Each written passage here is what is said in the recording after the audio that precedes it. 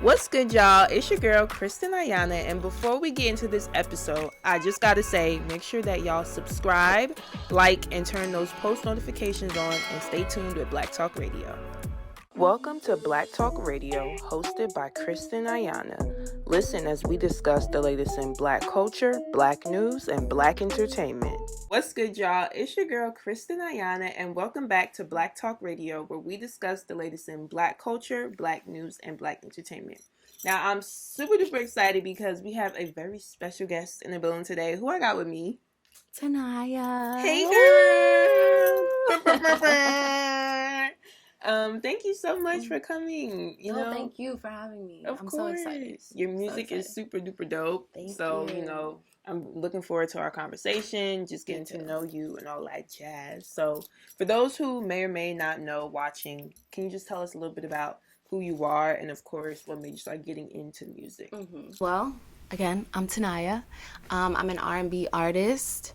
I've been singing, I've got to say, professionally for like the last 2.5 years. I've been singing since I was 13. Oh, wow. My older cousin was actually a rapper. And he used to hear me like singing around the house and this and that. He's like, no, I need you to come and record the song with me. So I'm like, okay, sure. Like, I'm like a little kid. So I'm like, sure. And that was the first time I ever recorded a song. And then ever since then, I was like in and out of it. But then, once you get older, you're like, dang, do I want a plan B? Or do I want to be serious about it? So that's what I did. And yeah, I'm from Jersey, technically from New York, but I've grown up in Jersey basically my whole life. Oh, wow. But yeah, and now I'm just ready to take over the world. Period. I love it. I love to hear that. So, you mentioned that it got to the point where you were like, okay, I don't want to go with plan B. Like, I want to do plan A. Yeah. So, and you said you really locked in 2 years ago. What do you think was that deciding factor or that moment where it was just like, let's go? Well, at that time, I had just got out of a relationship that I was in for almost 7 years. Oh my gosh. So, and I have a daughter. She's 6 years old. So at that point, I was kind of like getting out of that situation. I'm like, I have to figure something out for myself. Because even in that relationship, I still was finding my ways. I had businesses and I had jobs. But it was kind of like I wanted more than that, So I'm like, well, I have this talent. I've been in and out of it. If I just take it serious. And I met some people that I was really close to for a long time that I really wanted to help. So I put my trust in them. And then that was it. I'm like, I got to get my family out the hood. Yes. Oh, I love that. No, I think that's dope, though. Like, because it really does take courage. Yeah. Oh, my gosh. Because it's like sometimes you're like, do I really want to do this? Like it's so much a lot of the times. People only see the glitz and the glams or you chilling or this and that. They don't see when it is time to put in the work. It's a lot. Like, it's a lot. Yeah. But when I'm chilling, I can chill. Right. Yeah. So speaking of, just the work and just putting in the work, I do want to talk about your latest project, Situations. Very tea.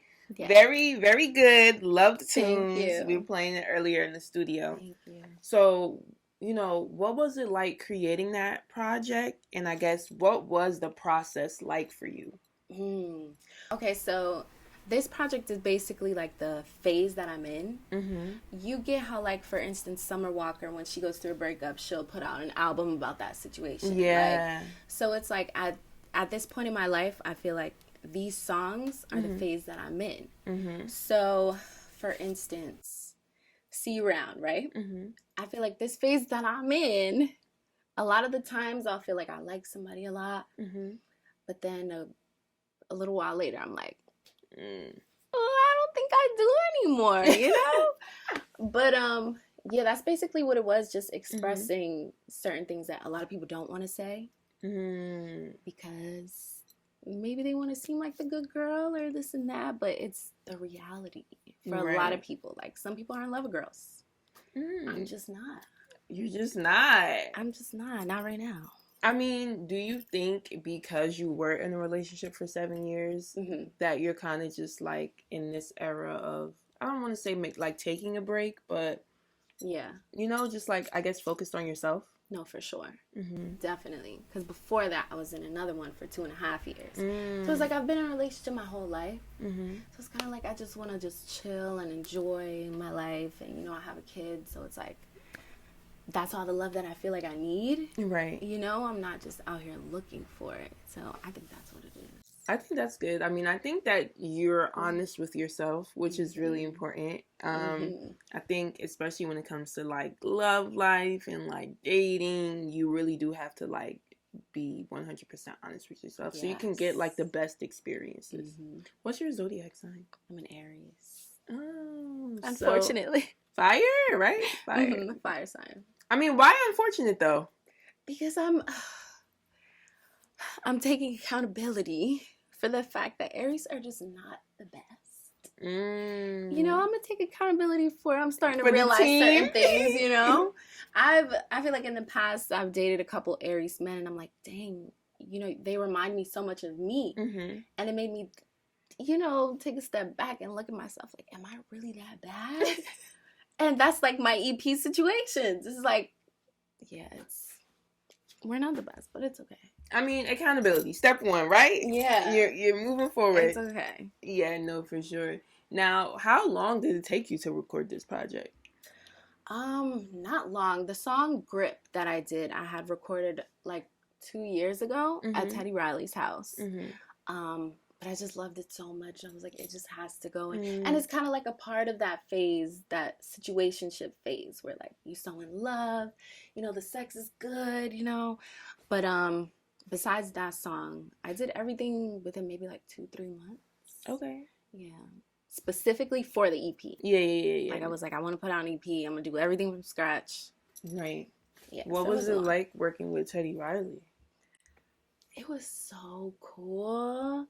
It was so cool. It was like, in the moment, it's like I didn't really realize. It didn't really hit me that like I'm in Teddy Riley's house. Right. Like, I'm in his house. Like, he's talking to me. He's giving me tips. He's telling me things Michael Jackson didn't do. Like, it's a secret tip that he gave me that Michael used to do. And I was like, wow, a lot of people don't have that. You know, it was amazing. He's like the most genuine person ever. No, that's amazing. And I love when artists are able to connect with like older people that have like been in the industry and like really learn and get game from them, because I think as an artist, you're continuously always going to be a student.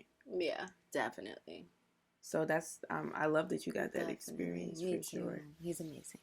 Love him. Are there like anyone else like in the industry that you would say, you know, has been like a big inspiration for you as an R&B like artist? An inspiration. I'd say I look at certain artists' blueprint. You know, like Aaliyah or Rihanna. I'll definitely look at them and what they've done or what they haven't done that I feel like they should have done. And be like, well, if they didn't do it, I can do it. But besides that, when I'm making music or anything, it's just whatever feels good. It's not really specifically targeted towards any inspiration. But besides that, I feel like all the greats, honestly. Because it's like I want to be there. Yeah, no. You know, so I'm really looking at everybody that's done it. Yeah, I feel like I said before, you know, just the fact that you are looking at the greats and like getting to connect with them is like super dope, because it can only allow you to expand as time goes on, right? So for sure. Jinx. Maybe it's the fire signs because I'm a Sag. Oh, you are? I love Sag. Oh, really? Oh, y'all are so nice. We get a lot of hate. Really? They say we're mean. They say we're Sagittarius. Oh, wait. Okay,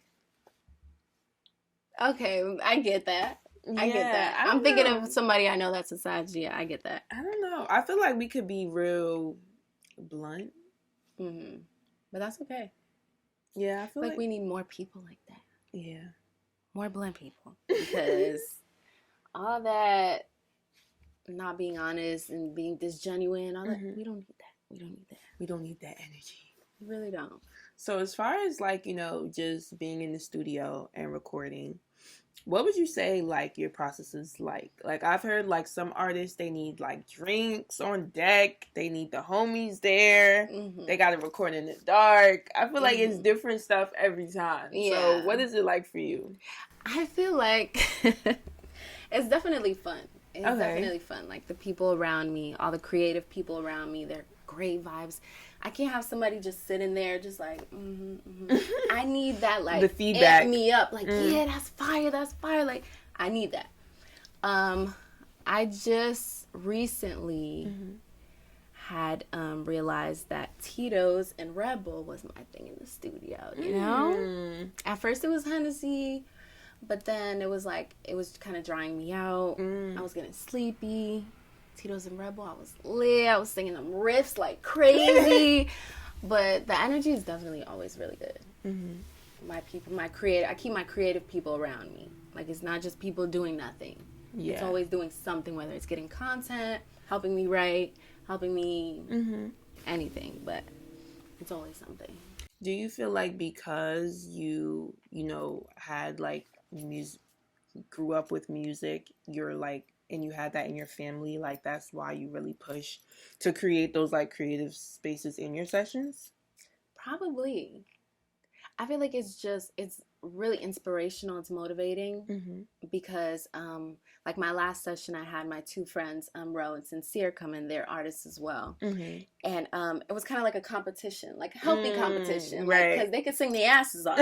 So with them doing all that, I bet you can't do this. And then I go in and I'm like, But I think maybe it's just in my blood. I really don't know. I just got it, you know?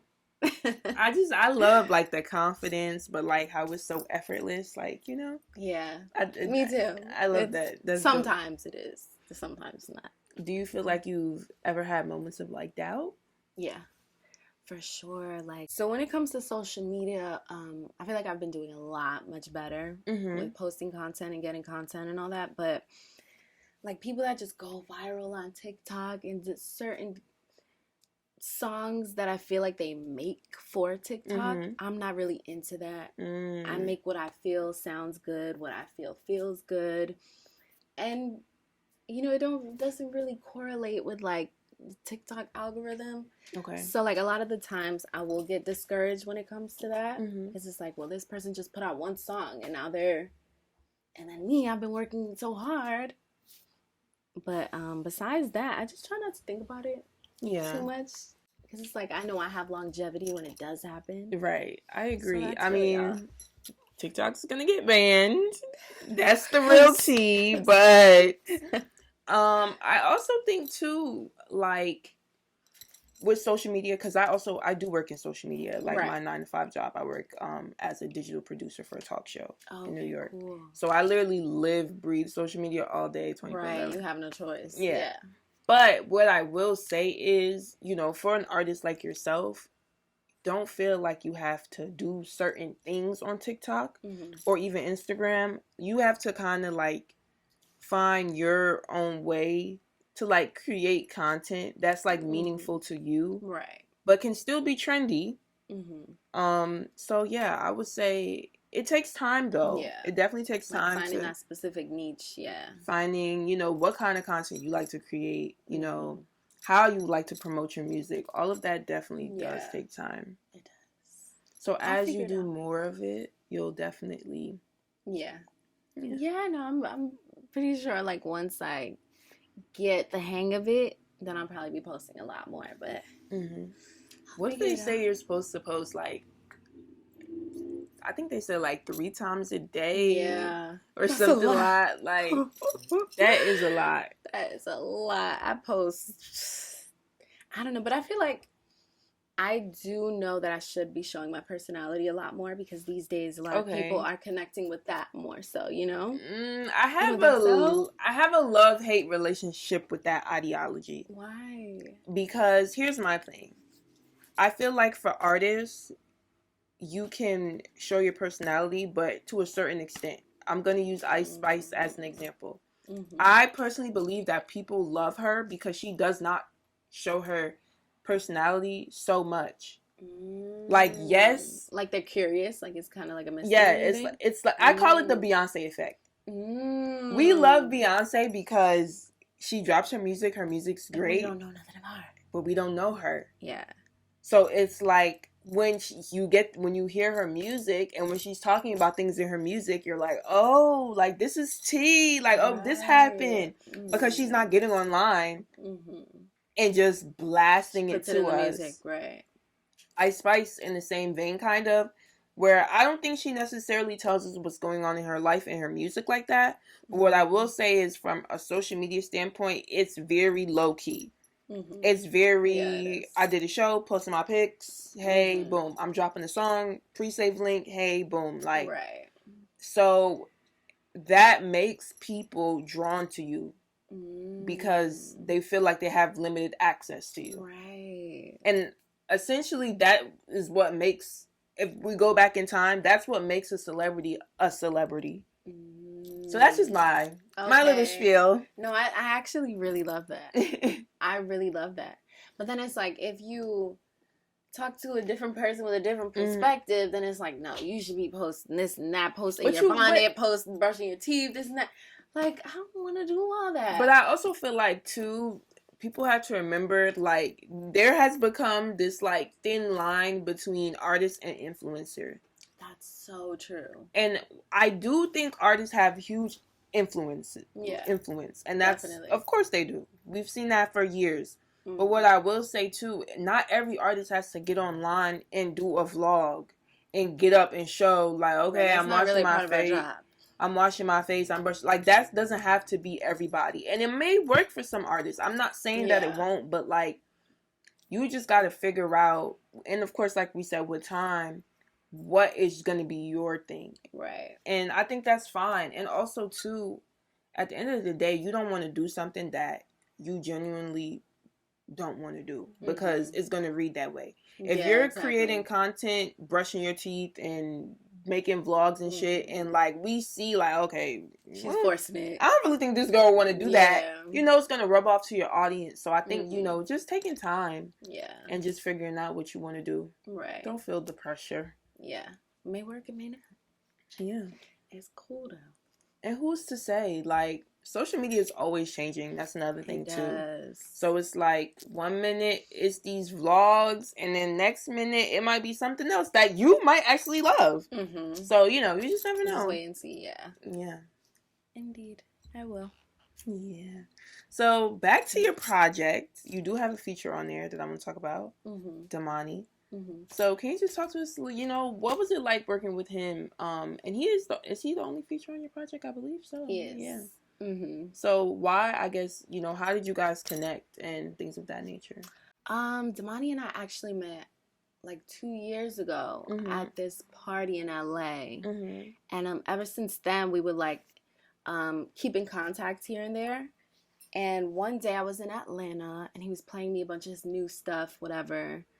And I was like, dang, he actually is really, like, I never really listened to his stuff. Like, we just were friends. So I'm listening. I'm like, dang, he's mad fire. So the next day, he asked me to send him some stuff. Like, what you been working on, whatever. I sent him something that I knew what I was about to drop. So it wasn't, like, super secretive or whatever. Literally 2 seconds later, he sends me a voice note back, freestyling to the song. So I'm like, wait a minute. Hold up. Do you want to get on this with me? Like, he's like, yeah, like, sure, like, whatever. So he does it. And that was so dope of him. He's like, literally, besides Teddy, another, like, that angelic energy that you just, it's, like, amazing to be around. He's amazing. And that was really dope of him to do. Shout out to him. I love that. I always say, like, I love when artists collab and it's very genuine. Yeah, definitely. Because you can feel the vibes and, like, you hear it in the music. So I'm really happy that you guys were able to connect. Yeah, me too. No, he's the best. Is there, like, any other artists that you're like, I would love to collab with? So many. So many. But I had just went in my little catalog. in my phone the other day, Mm-hmm. and I totally forgot about Ryan Leslie. Ooh, And I used to be so obsessed with Ryan Leslie. Mm-hmm. Like, the day I get to work with him. So I feel like it would be Ryan Leslie. Nah, that's fire for sure. Yeah. Yeah, you're an R&B girl for real. Not for fake. No, he's a GOAT. It was, for a minute, it was Eric Bellinger. So it's still Eric Bellinger, Oh, too. I love him. He's actually on our board. I got to interview him. Oh, really? That's so a couple years ago. Yeah. Yeah, he's... him and Ryan. But he's so, like... I don't feel like he's slept on, but... He is a little underrated, yeah. Yeah, I do would feel say like that underrated. Too. Like, he's so good. But I feel like that's a lot of artists these days. The people who are kind of mid, they're...